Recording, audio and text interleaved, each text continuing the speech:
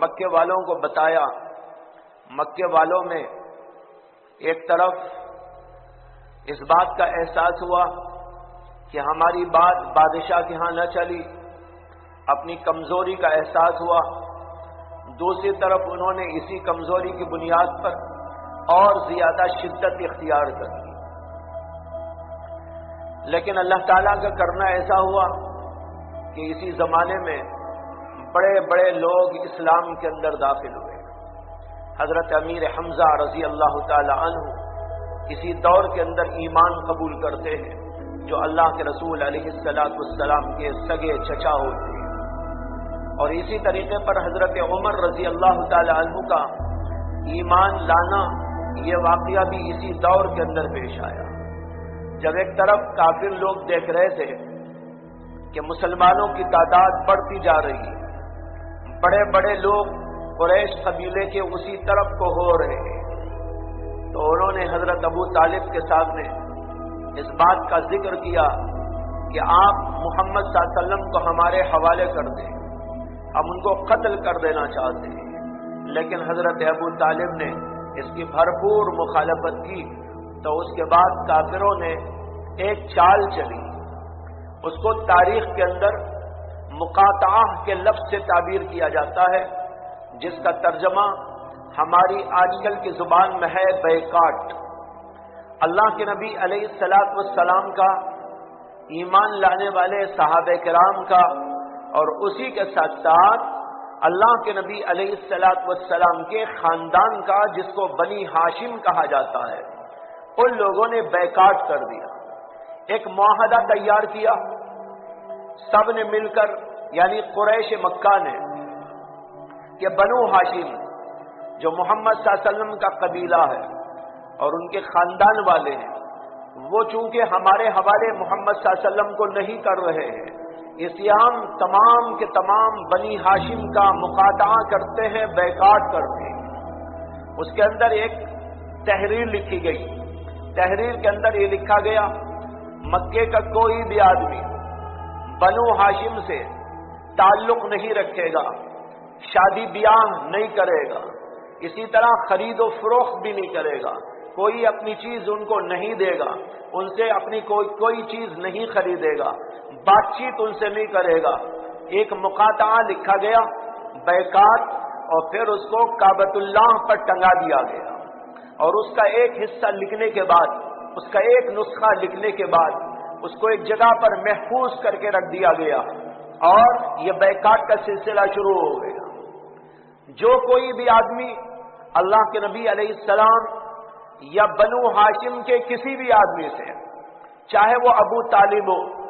چاہے وہ کافر ہی کیوں نہ ہو، ابھی تک اسلام بھی لایا نہ ہو، لیکن چونکہ محمد صلی اللہ علیہ وسلم کے خاندان کا وہ آدمی ہے، اس سے بیکاٹ کا سلسلہ شروع ہو گیا۔ شیب ابی طالب یہ ایک پہاڑی درہ ہے، اور اللہ کے رسول علیہ السلام کے خاندان کا ایک موروثی پراپرٹی تھی۔ حضرت ابو طالب نے تمام کو حکم دیا کہ وہ وہاں پر آ جائے، چنانچہ سب کے سب وہاں پر چلے گئے، اور اسی کو کہتے ہیں شیب ابی طالب۔ یہاں پر آ کر سارے کے سارے بنو ہاشم کے لوگ رہنے لگے، اور کوئی مکے کا آدمی ان سے بات نہیں کر سکتا تھا، خرید و فروخت بھی نہیں کر سکتا تھا، شادی بیاہ بھی نہیں کر سکتا تھا، یہاں تک کہ حالت یہ آ گئی کہ بچوں کے لیے دودھ نہ تھا، بچوں کے لیے کھانے و پینے کی چیزیں نہ تھی، کسی اور کے لیے بھی کچھ کھانے و پینے کی چیزیں دستیاب نہ تھی، خرید کرنا چاہیں تو خریدنے کی اجازت نہ تھی، اور کسی آدمی کو کوئی چیز انہیں بیچنے کی بھی اجازت نہ تھی۔ اس طرح یہ سلسلہ 3 سال تک چلتا رہا۔ حدیثوں میں آتا ہے کہ بعض حضرات صحابہ نقل کرتے ہیں کہ ہم وہاں پر کبھی تو پتے کھاتے تھے، کیکر کے پتے کھا کھا کر، چبا چبا کر اپنی بھوک کو پیاس مارتے تھے، اور ایسا بھی ہوا کہ بعض صحابہ کہتے ہیں کہ ایک چمڑا مل گیا تھا، اس چمڑے کو لا کر اس کو جلایا، اور پھر اس کا بھوسا بنایا اور پھر اسی کو پھانک کر پانی کے ساتھ میں پی کر اپنی پیاس کو بجھا لیا۔ اسی طریقے پر ایک صحابی کہتے ہیں کہ ایک جگہ پر رات کا وقت تھا، میرا پیر پڑ گیا اور مجھے ایسا معلوم ہوا کہ کوئی تر چیز ہے۔ کہتے ہیں کہ وہ تر چیز رات میں دکھائی بھی نہیں دے رہی تھی کیا ہے۔ میں نے اس کو اٹھایا اور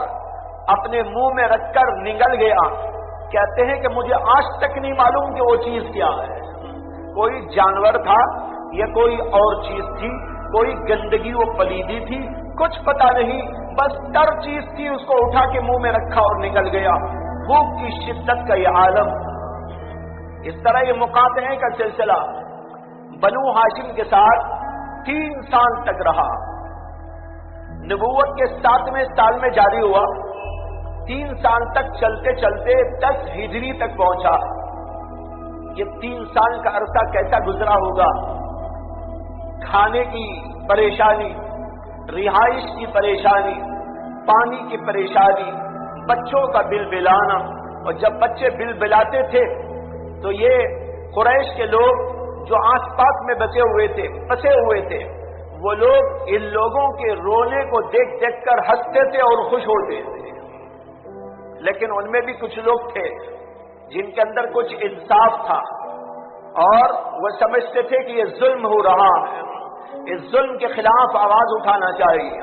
چنانچہ 3 سال کے عرصے کے بعد کچھ لوگوں کے ذہن میں اس طرح کی بات آئی، اور یہ باتیں اس لیے پیدا ہوئی کہ ایک دفعہ ایسا ہوا کہ حضرت حکیم بن حزام، انہوں نے ابھی تک وہ مسلمان نہیں ہوئے تھے، لیکن ان کے دل کے اندر ایک جذبہ آیا۔ انہوں نے کہا کہ اپنی پھوپھی کے لیے کچھ اناج غلہ بھیج دینا چاہیے۔ ان کی پھوپھی کون تھی؟ وہ رسول اکرم صلی اللہ علیہ وسلم کی زوج مطہرہ حضرت خدیجہ الکبریٰ رضی اللہ تعالی عنہ۔ انہوں نے کہا حضرت خدیجہ کے لیے کچھ اناج بھیج دیں۔ اناج لے کے وہ جا رہے تھے، اتنے میں ابو جہل مل گیا۔ ابو جہل نے مل کر کہا کہ تم ان لوگوں کو اناج دیتے ہو، میں کسی طور پر بھی وہاں اناج کا ایک دانہ بھی داخل ہونے نہیں دوں۔ اسی طرح کچھ ایسے واقعات پیش آتے رہے بیچ میں، تو کچھ لوگوں کو جذبہ آیا۔ انہوں نے کہا بھائی یہ بات تو ٹھیک نہیں ہے کہ ہم تو کھائے اور پیے، لیکن ہمارے ہی خاندان کے کچھ لوگ وہاں فقر میں فاقے میں مبتلا رہے، بچے ان کے بلبلاتے رہے۔ کچھ لوگوں کو جذبہ آیا تو 5 آدمی تیار ہو گئے آپس میں میٹنگ کر کے، اور انہوں نے کہا کہ ہم اس مقاطعے کا مقاطعہ کریں گے، یعنی اس بیکاٹ کا بیکاٹ کریں گے اور کہیں گے کہ یہ بات اٹھا دینا چاہیے۔ چنانچہ وہ لوگ حرم شریف کے اندر جمع ہوئے اور پھر ان لوگوں نے سب لوگوں کو جمع کیا اور کہا کہ تمہارے ہی رشتہ دار، تمہارے ہی خاندان کے کچھ لوگ وہاں پر بھوک میں اور پیاس میں مبتلا ہیں، اور تم لوگ یہاں کھاتے بیٹھے ہیں اور تم لوگ ان کے اوپر ظلم ڈھا رہے ہیں، یہ بات تو انسانیت کے خلاف ہے، اس لیے ہم اس سے راضی نہیں۔ ابو جہل کچھ بولنے لگا، سب سے زیادہ خبیث وہی تھا، اور اس پورے مقاطعے کے پیچھے اسی کا دماغ کام کر رہا تھا۔ ان لوگوں نے کہا کہ ہم اس کے خلاف ہیں، ایک کے بعد دوسرا، دوسرے کے بعد تیسرا، چوتھا، 5واں اٹھا اور سب نے کہا کہ ہم اس کے خلاف ہیں، اس لیے اس مقاطعے کو ختم کیا جائے۔ ایک طرف تو یہ آواز اٹھ رہی تھی اور دوسری طرف یہ واقعہ ہوا کہ جب 3 سال ختم کو ہونے لگے مقاطعے پر، اللہ کے رسول علیہ السلام نے حضرت ابو طالب سے فرمایا کہ چچا جان، مجھے اللہ کی وحی سے معلوم ہوا ہے، چچا جان مجھے اللہ کی وحی سے معلوم ہوا ہے کہ جو بیکاٹ نامہ لکھا گیا تھا اور جہاں پر اس کو محفوظ طریقے پر رکھا گیا تھا وہ پورے کا پورا دیمک نے چاٹ لیا ہے۔ اب اس کا کوئی حرف باقی نہیں ہے، بس اس کے اندر کوئی چیز باقی ہے تو صرف اللہ کا ایک نام باقی ہے۔ جہاں اللہ لکھا ہوا تھا وہ جگہ تو دیمک نے چاٹا نہیں، باقی اس میں جو کچھ لکھا ہوا تھا وہ دیمک نے چاٹ لیا ہے اور اس کے اندر کچھ باقی نہیں۔ حضرت ابو طالب کو اللہ کے رسول صلی اللہ علیہ وسلم نے بات سنائی۔ ابو طالب نے ان لوگوں کو بلایا اور بلا کر کہا کہ دیکھو میرا بھتیجا یہ کہتا ہے اللہ کی طرف سے اس کو یہ بات معلوم ہوئی، اللہ کی وحی سے معلوم ہوئی ہے کہ تم لوگوں نے جو بیکاٹ نامہ لکھا وہ پورے کا پورا دیمک نے چاٹ لیا ہے۔ یہ موقع ہے محمد صلی اللہ علیہ وسلم کی صداقت کو پہچاننے کا۔ اگر یہ بات غلط ہو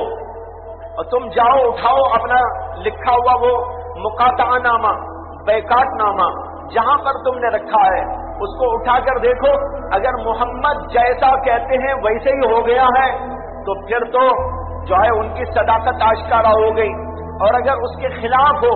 اور ایسا نہ ہوا ہو تو میں محمد کو تمہارے حوالے کر دیتا ہوں، چاہے تم اس کو قتل کر دے۔ یہ کہا ابو طالب نے۔ اب یہ ابو جہل بھی، ابو لہب بھی، ابو لہب اگرچہ کہ بنو ہاشم کا تھا اور رسول اکرم صلی اللہ علیہ وسلم کے خاندان کا تھا، لیکن چونکہ وہ کافروں سے مل چکا تھا اور محمد صلی اللہ علیہ وسلم کے خلاف کارروائیاں کرتا تھا، اس لیے وہ مقاطعے میں شامل نہیں رہا، وہ کافروں کے ساتھ میں تھا۔ تو وہ سب آئے اور کہنے لگے اچھا اگر یہی بات ہے تو ہم جا کر دیکھتے ہیں۔ چنانچہ کچھ لوگ ادھر سے لے کر وہاں پر پہنچے اور جہاں پر وہ مقاطعہ لکھا ہوا رکھا تھا اس کو دیکھا تو پورے کا پورا دیمک نے چاٹ لیا تھا۔ اس کے اندر باقی تھا تو صرف ایک لفظ اللہ کا باقی تھا، اس لیے کہ جب وہ لوگ لکھتے تھے خطوط یا کوئی بھی تحریر تو اس کے شروع میں اللہ کا نام بھی لکھتے تھے۔ اب وہ اللہ کا نام تو باقی رہ گیا تھا، باقی جہاں جو بھی لکھا ہوا تھا وہ سب کا سب ختم ہو چکا تھا، دیمک نے اس کو چاٹ لیا تھا۔ جب یہ دیکھا انہوں نے تو انہوں نے حیرانی کا اظہار کیا اور اس کے بعد اسی پر مقاطعہ ختم ہو گیا۔ اگرچہ وہ ایمان تو نہیں لائے لیکن اللہ کے رسول صلی اللہ علیہ وسلم کی سچائی وہ صداقت آشکار ہو گئی، اس پر وہ مقاطعہ اور بیکاٹ کا سلسلہ ختم ہو گیا۔ لیکن بہرحال ادھر سے ان لوگوں کی وہ کارروائیاں جو ہمیشہ سے چل رہی تھی وہ تو چلتی ہی رہی۔ ایک طرف تو یہ ہوا، اور اسی سال یعنی 10 سن ہجری میں 2 عظیم حادثے پیش آئے رسول اکرم صلی اللہ علیہ وسلم کے لیے۔ ایک حادثہ یہ تھا کہ حضرت ابو طالب کا انتقال ہو گیا۔ دوسرا حادثہ، بڑا حادثہ یہ تھا کہ حضرت خدیجۃ الکبریٰ کا انتقال ہو گیا۔ کچھ ہی ماہ میں آگے پیچھے ان 2 بڑی ہستیوں کا انتقال ہو گیا۔ ایک طرف ابو طالب جو اللہ کے رسول علیہ السلام پر ایمان تو نہیں لائے لیکن اللہ کے رسول صلی اللہ علیہ وسلم کی تائید کرتے تھے، مدد کرتے تھے، نصرت کا معاملہ کرتے تھے، اور کسی کی طرف سے کوئی بھی بات پیش آئے تو وہاں پر کھڑے ہو کر اس کو دور کرنے اور دفع کرنے کی کوشش کرتے تھے۔ لیکن ابو طالب کا انتقال ہو گیا۔ دوسری طرف حضرت خدیجۃ الکبریٰ